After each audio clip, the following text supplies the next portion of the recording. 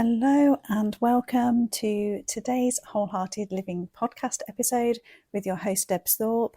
And today we are diving into the very useful but not widely spoken about topic of bridging the gap between where you currently are, where you want to be, and what happens when you're really in the midst of all of that.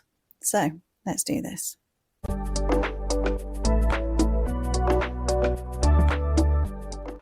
So I really wanted to bring this into a podcast episode because when we start talking about change and growth and development, as you can begin to see and understand through the various different topics we've tackled already in the podcast, that there is always going to be a part of our brain that resists change. Okay, so, whether you call that your little human self or your primal brain, there is always a part of your psyche that will inherently resist the change that you're wanting to make. Even if that change is for the better, it's ultimately going to lead to greater freedom and fulfillment and empowerment of you. So how do we navigate that time between realizing that we have maybe got some unhelpful patterns, or we want to change some of our thought processes and our mindset and our beliefs? So we're in the awareness stage of that and we're seeking to make that change, but that change is not yet fully embodied in us. So there's like this gap, and it can be a really, really difficult time. And I mean, I myself have got caught in this trap many times over the years, and it's probably one of like the biggest things that happens with clients when they begin to make, really positive changes in their life. And it's almost like that old self, those old patterns and those old beliefs really seem to ramp up in intensity. And if you don't understand what's going on during this time, it can feel really confusing and actually has the ability to pull you back into the old ways, into what's familiar, because, maybe you're telling yourself what this means. I've heard many people over the years talk about how, maybe what they dream and desire and what they're trying to bring in is not meant for them because, all of this old stuff is coming back up, or maybe they feel like the universe is challenging them in some way. And so, they then formulate a belief that it's not meant for them, it's not possible for them. And so they end up retreating back. And, I often use the analogy that this stage can feel very much like no man's land. So, you have had to move, or you've chosen to move out of the trenches, okay, where, it's far from ideal conditions, right? It's not comfortable. It's not, where you're going to thrive, but at least you're somewhat protected and it's familiar and there's, potentially other people around you. So, that's kind of representing your old self, if you like, what's familiar, what is to some extent comfortable, but it's not, and it's not where you're thriving. So you make the decision to leave the trench, and you're then heading into no man's land. Now, as you leave the trench, you will have an idea of what you're aiming for, right? You'll be able to potentially see where it is that you're wanting to get to. And, you've got that as your focus, but that bit in the middle is probably some of the most loneliest, isolated points that you can feel like sometimes, especially when you get to the middle of it, okay, where it's almost like you can feel the pull to go back into what's familiar and safe, but you also feel so much closer to where you want to be. And it's almost like, oh, you can feel quite stuck, and yeah, feeling like you don't quite know which way to go. It's a bit like you're damned if you go forward and you're damned if you go back. And it can be a really challenging time because you're still in the battleground at that point. The old self doesn't give up particularly easily unless you're going through like some really deeply, intensely emotional experience, in which case you might experience all of this happening really quickly. Like people who have a near-death experience, or they go through extreme loss, or something that is really deeply emotional, might make this process really, really quickly. But when we're going about our everyday life and we are making this choice to leave what is known and to some extent go into the unknown because we're aiming for a different version of ourselves or a different future, different thoughts and beliefs, that no man's land it can be so challenging. And I wanted to talk about this to normalize this process, because for a lot of people, because this isn't really openly talked about, they believe that when they're in it, there must be something wrong with them, or they're not doing it right, or that this isn't meant for them because they're experiencing all of these challenges and it's feeling really hard. And so I really wanted to talk about this today from a perspective of, this is the natural biology of change, if you like. That, the old self, that what is familiar, won't give up easily, typically, on this journey. So your human self, your primal self, will fight for what is familiar to you, even if that's not what's best for you, because that's safe and it's known, and from a survival point of view, that makes sense. Okay, it feels like it has control. Imagine yourself in the trenches, right? It's familiar, somewhat safe, certainly safer than being out in no man's land, and you can exert some sort of control. But the second you leave that, it makes sense that everything intensifies, right? If you imagine, the first time you've got to raise your whole entire body above the trench, and you don't know what's going to be there, and you don't know what's going to be coming at you, and you don't know what you're going to have to navigate on your way to get to the other side, it makes sense that at that moment, everything in your entire system is going to sound the alarm bells and tell you to get back to safety. It's going to tell you to get back to what is known. Okay. So, when we use this as an example, it makes more sense that there is going to be, at that point of deciding to make the change, that there is going to be almost like this swell of desire, and this feels really strong and intense at times, of your whole entire system wanting to pull you back. Okay. And it's like, if for anyone who's read Birdsong as a book, absolutely phenomenal book. I read that when I was in college, and it just had such a profound impact on me. And it talks about World War I and the trenches in their experience.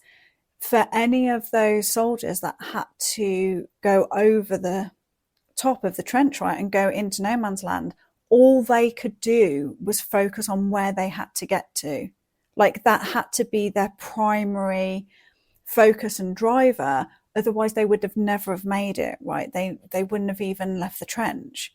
So that's what I want you to bear in mind when you are embarking on this journey, is that at that point when you've gone over the top of the trench and you're entering no man's land and you feel all of your system almost going into high alert, take a breath, understand that this is natural, this is all part of change, this is what your body is going to do, it's all okay, and you are going to keep your focus and your intention on what you are aiming for. Whatever change that might be, whether it's embarking on a new spiritual or physical practice in your life, whether it's developing a habit of self-love, of deepening your self-acceptance, whether it's changing some of your beliefs to better support yourself. Okay, whatever it is that you are aiming for, you need to keep that front and focused in your mind. Okay, so always have that as your goal. I want you to imagine, you were going through no man's land. You want to be that focused on the destination, what you're aiming for, because what you're going to is the other side of it. So when you're then in no man's land, it makes it easier to navigate it because you know ultimately what you're aiming for. So therefore, whatever obstacle, whatever unexpected thing arises in that time, you can see that as a almost like a challenge to help you to grow into what you need to be when you get to the other side. So, for example, it's not uncommon for people when they decide to they want to experience more love in their life. Okay, they want to be more loving to themselves. They want to be in a deeply loving, connected relationship. They set that as the goal. Okay, that's what they're aiming for, and they embark on some of those daily practices. It's not uncommon that there'll then arise situations where maybe somebody who's not particularly loving appears in their life, or they suddenly come up against a situation where they are uncovering an area where they're not living towards themselves and they're really highly critical. Now, that they are all opportunities for you to deepen your own healing, deepen your own journey, and equip yourself then with everything that you need for when you reach the other side. Because ultimately, I talk about the goal of getting to the other side here, just to use this analogy, but fundamentally it's not how it works internally, as in the journey is the thing that then creates that goal that we are working towards.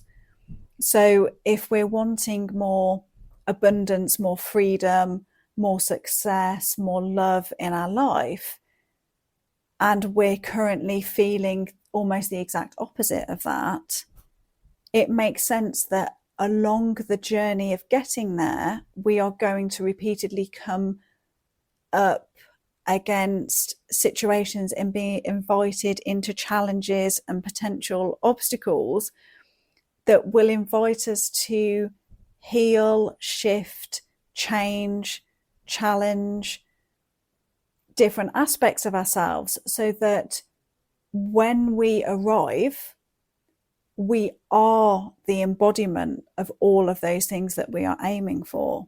It's not like we arrive at the place and then we go, oh, okay, I've made it through no man's land now. Now I get to just magically convert into all the love and abundance and everything else that I want. No, it's the journey.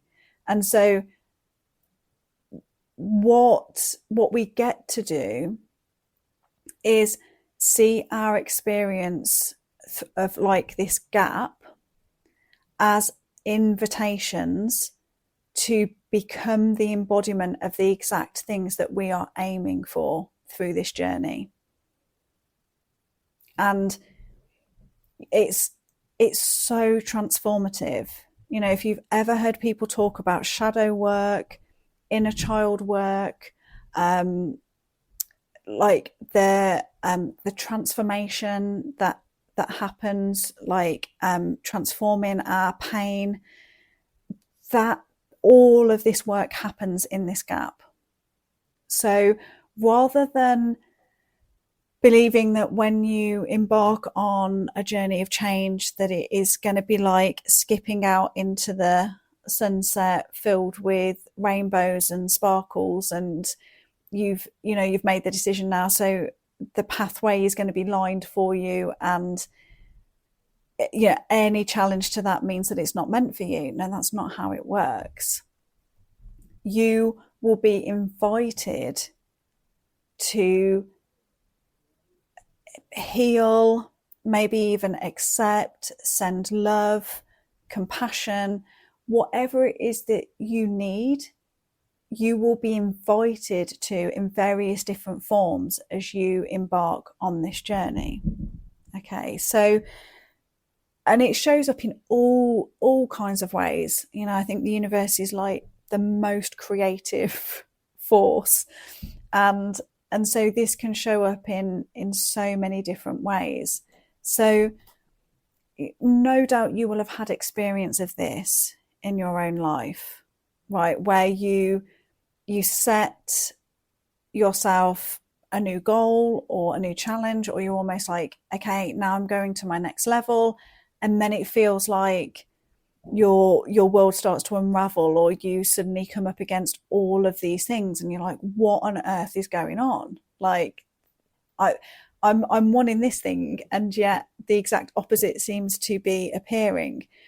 So rather than getting caught in those challenges, recognize them as invitations for you to deepen whatever it is you need to within yourself.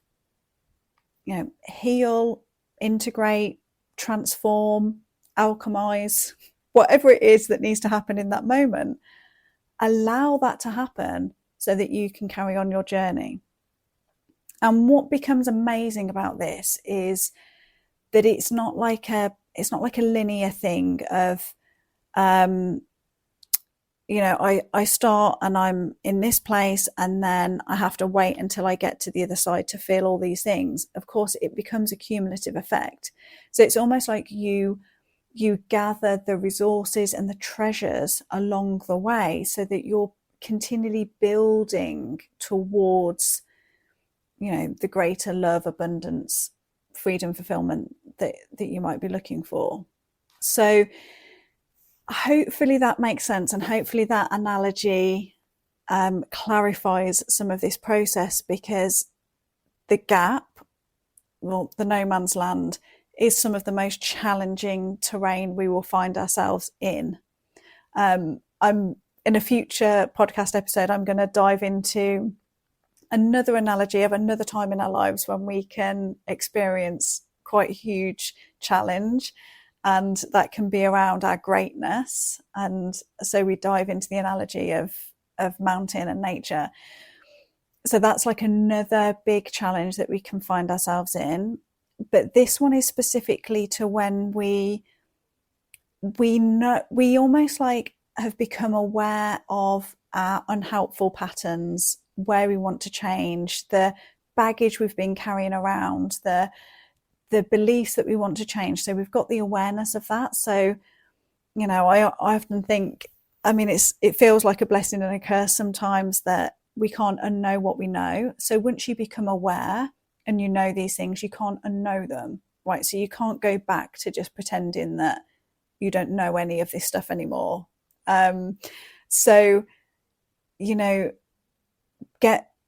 Maintain your goal as your focus, what it is that you're aiming for, and take the step into no man's land, trusting that whatever challenges and obstacles you face, they are invitations for you to heal, process, integrate whatever it is you need to fully embody the very thing that you're aiming for. And it just, I don't say that this makes it any easier to go through it. Sometimes these can be quite obvious little challenges. Other times this is going to call us deep. It depends on what the ultimate goal is here. However, knowing this and having this overview allows us to have a slightly different relationship with that. So rather than us questioning what's meant for us, all of these obstacles and all of these challenges must mean that, this is not possible for me. And, I thought I was making all this progress and clearly I'm just going back, and all of the self-doubt and the questioning can start to come in. Rather than us getting caught in all of that, I most imagine it's like, we find ourselves getting caught up in some barbed wire, like in no man's land. And it's like, we feel then very stuck. And rather than doing that, we get to continue to have this bird's eye perspective. So, keeping in touch with that goal is a bit like having a bird's eye perspective of that battlefield. And so there's always a part of you that is maintaining that bird's eye perspective that can then guide you as you go through it. And it just makes it a lot easier, so you can navigate around the barbed wire, or maybe, you go through a whole process that enables you to transform that barbed wire into, I don't know, something that, like a whole bush of flowers and stuff that is going to then provide this amazing habitat for others. Like, this is where we get to play with our imagination and use it in a way that supports us. So that's also one thing that helps us as we're going through this period, this gap, is maintaining a connection to our higher self.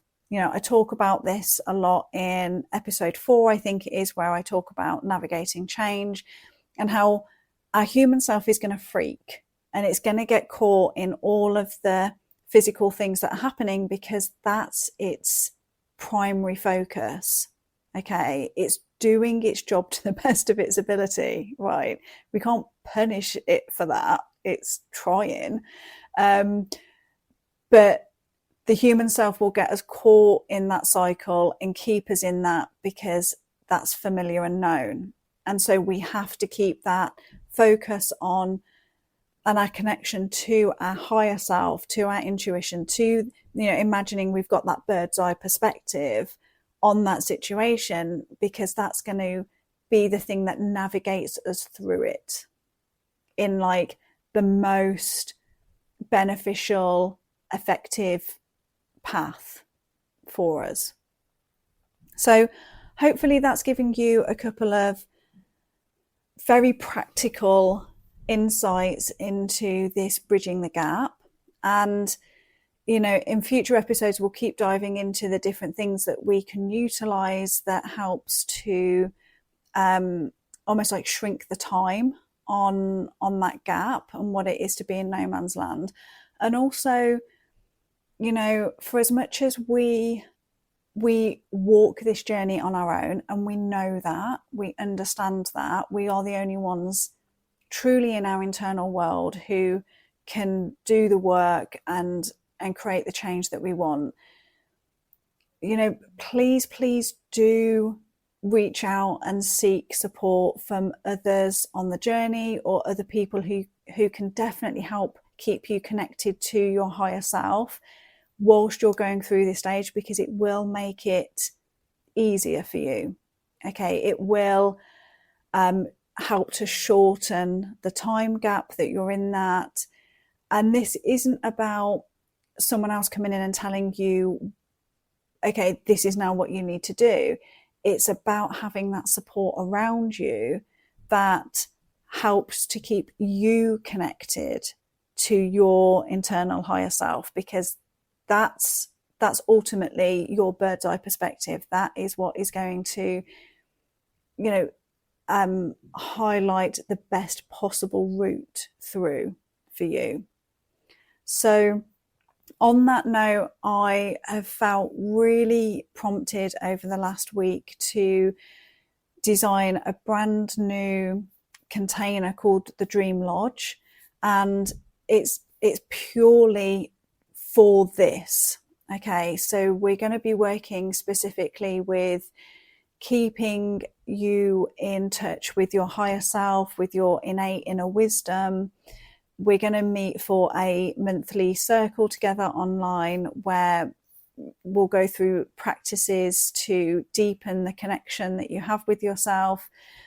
It allows space for the support for you to keep on the path and the journey so that you don't feel alone in it, and you certainly don't feel so isolated, and joining with others on the path. There's real power in hearing about other people's experiences of this journey, for sure.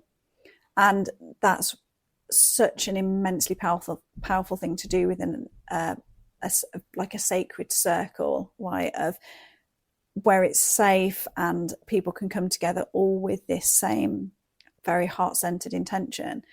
So I'm going to lead that space, but it's very much going to be co-created with everyone who is part of it. We're going to keep it quite small in the beginning, and it is going to be a space for harnessing and really embodying your enoughness, your worthiness, your innate unconditional love.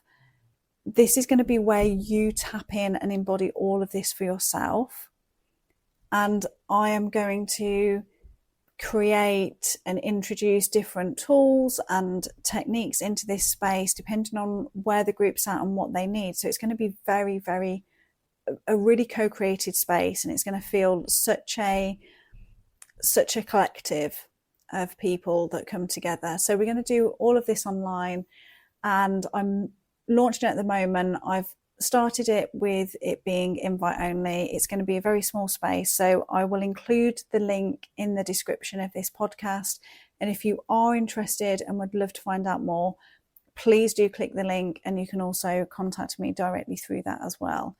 So if you're feeling that call to develop that connection with your innate inner wisdom, your intuition, your higher self, you know that getting caught up in your human self, your primal self, is, you've been there and done that, and it's keeping you stuck and keeping you trapped and keeping you in a cycle, and you're wanting to deepen your connection with that innate wisdom that is in you, then this is the space for you. It's only £37 or €37 a month, and there's no ongoing commitment to it. You can jump in. Let's build this really amazing space together, and I really do invite you into what is going to be such a beautiful, special, and an amazing collective space. So I'm going to leave you with that as the invitation for today. Do let me know your thoughts on this bridging the gap, and if thinking about it in this way has really helped to shift your perspective of what it's like to be in that battleground between, almost like your old self and your new self. Okay, so there's my invitation for you today.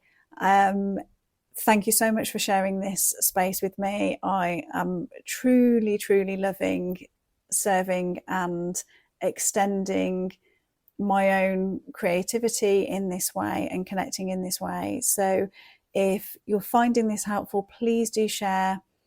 Make sure that you're subscribed as well so that you don't miss any episodes. And I'll be back with you with more wholehearted living info very soon. Bye for now.